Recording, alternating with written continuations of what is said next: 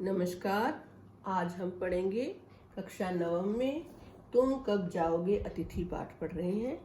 इसके लेखक शरद जोशी जी हैं।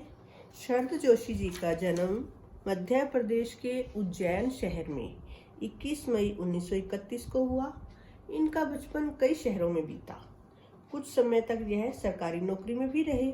फिर इन्होंने लेखन को ही अपनी आजीविका के रूप में अपना लिया। पहले इन्होंने कहानियाँ लिखी, फिर पूरी तरह व्यंग्य लेखन ही लिखा। ये जो पाठ है ये भी एक व्यंग्य शैली में लिखा हुआ है। इसमें उन्होंने ऐसे अतिथि को खूब फटकारा है जो बिना सूचना दिए आ जाते हैं और कई दिनों तक जाने का नाम नहीं लेते। इन्होंने उनको राक्षस तक कहा है।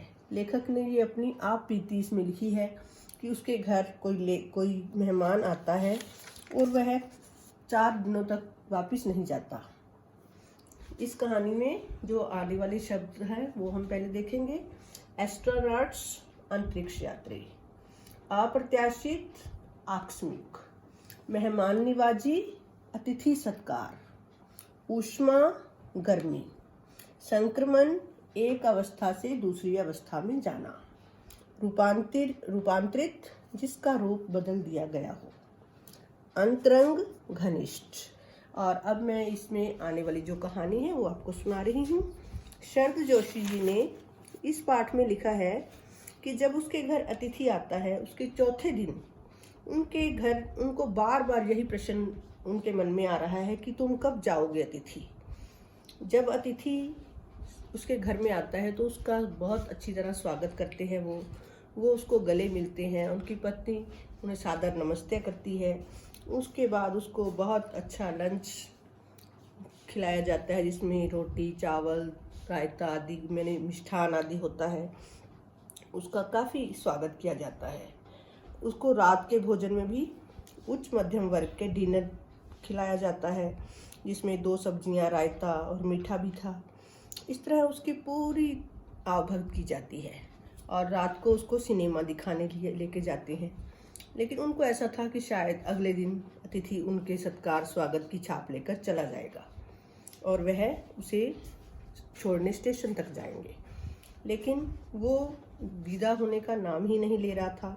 तीसरे दिन जब उसने कहा कि मैं धोबी को कपड़े देना चाहता हूँ, तो यह आघात, यह चोट उसके लिए अचानक लगने वाली चोट थी कि उसे लगा कि ये अभी और भी रहना चाहता है। तो उसे इसकी बहुत चिंता होने लगी। वो उसको अतिथि को लॉन्ड्री तक ले गए जहाँ कपड़े देने गए थे। उनके मन में था कि शायद अब भी जल्दी चले जाएंगे। वो बार बार कैलेंडर की तारीखें उसे दिखाकर बदल रहे थे कि शायद इसको पता चल जाए कि इसको आए हुए काफ़ी दिन हो चुके हैं, ये जाने का नाम ले ले। लेकिन वो लेखक का मेहमान तो ऐसा था जो जाने का नाम ही नहीं ले रहा था।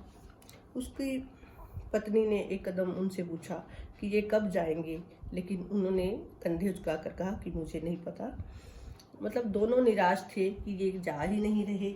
लेकिन अतिथि ऐसा था जो जाने का नाम नहीं ले रहा था। तो अतिथि उसको एक राक्षस की तरह लगने लगा जो उसकी आर्थिक स्थिति को नहीं समझ रहा था और उसके घर पर टिका हुआ था। इसमें लेखक बताता है कि हमें किसी के घर की स्वीटनेस को खराब नहीं करना चाहिए। अर्थात जहाँ भी हम जाते हैं तो वहाँ थोड़े दिन रहकर वापस चले जाना चाहिए, नहीं तो उनके घर का माहौल भी खराब हो जाता है, प्रेम भाव खत्म हो जाता है। इस तरह लेखक इसमें काफ़ी हमें समझाता है कि लेखक कहता है कि उन दोनों के जो पहले बहुत अच्छे रिश्ते थे आपस में, लेखक और मेहमान के, कि आपस में बातें करते थे, दोनों हंसी मजाक चलता था, लेकिन दोनों में सब बंद हो गया। वह अतिथि से बात करना भी अब अच्छा नहीं समझते थे। मन में उसको गालियां दे रहे थे कि ये कब जाएगा। वो सोच रहे थे कि अगर ये चौथे दिन सोच रहे थे अगर ये 5वें दिन भी ना गया तो मैं स्पष्ट रूप से इसको गेट आउट कह दूंगा। कि अगर ये देवता, अतिथि को देवता माना जाता है, अगर देवता होता तो वो दर्शन देकर लौट जाता, अर्थात थोड़ी देर रुक कर लौट जाता। अगर मानव है तो कुछ दिन रुकता, 2 दिन रुक जाता, लेकिन वो तो एक राक्षस के रूप में उसे दिखाई दे रहा था। इस पाठ से हमें यही शिक्षा मिलती है कि हम किसी के घर में जाएं तो अधिक समय ना रुकें ताकि हमारा आदर सत्कार भी बना रहे। धन्यवाद।